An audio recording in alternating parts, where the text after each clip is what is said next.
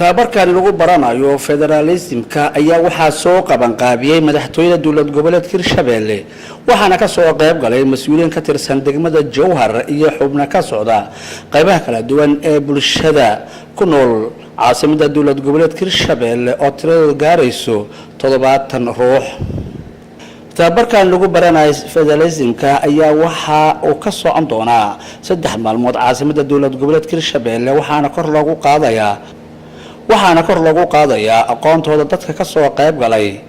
tababarkani waxaana halkaas ugu horeyntii ka hadlay qaybaha kala duwan ee ka soo qayb galay tababarka oo ka hadlay aragtidooda ku aadan federaalka. seminaarkan waana loo sheegay ujeedkiisu halka ku qoran macalinka ama barnaamijkan ninka muxuu ahaa horseedka ka ahaana si fiican ayuu noogu sharaxay. hase yeeshee annagu Soomaaliya haddaan nahay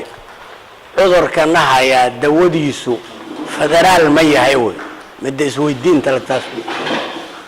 ilaa qofka marka dhakhtar la geeyo waa la baaraa calaamaadka symptomska laga helo waxa laga helo ayaa dawadeeda la siiyaa qofka laakiin annaga dhibtana haysato oo aanu isku dilnay welina dilkii u socdo federaal maxalli kara waa mar maxallinka baa ka shaqariyo faahfaahiye waa nidaam ayagu degsadaan ku wada shaqaystaan dalal fara badan ayaa ku dhaqmo annaga marka lama diidano ma jirto federaalka weliba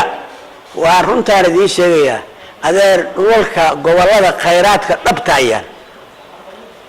adeer federaalku dambu u yahay. halkaasi ugu dambeyntii isna ka hadlay gudoomiyaha degmada Jowhar Usmaan Maxamed Mukhtaar Usmaan Bahri wuxuuna si weyn uga hadlay muhiimadda federaalka bulshada uu leeyahay. dadka loogu talagalay manihi waxaan nahay dad oo isku diin ah isku dhaqan ah abti iyo eesan isku ah haddana federalismka waxaan u qaadanay waxa waaye daruufo yimid waaye horaan u qaadanay maanta anaga ma diidi karnay laakiin waxaan leenahay ilaahay noo fududeeyo شكرا وفريا إن شاء الله.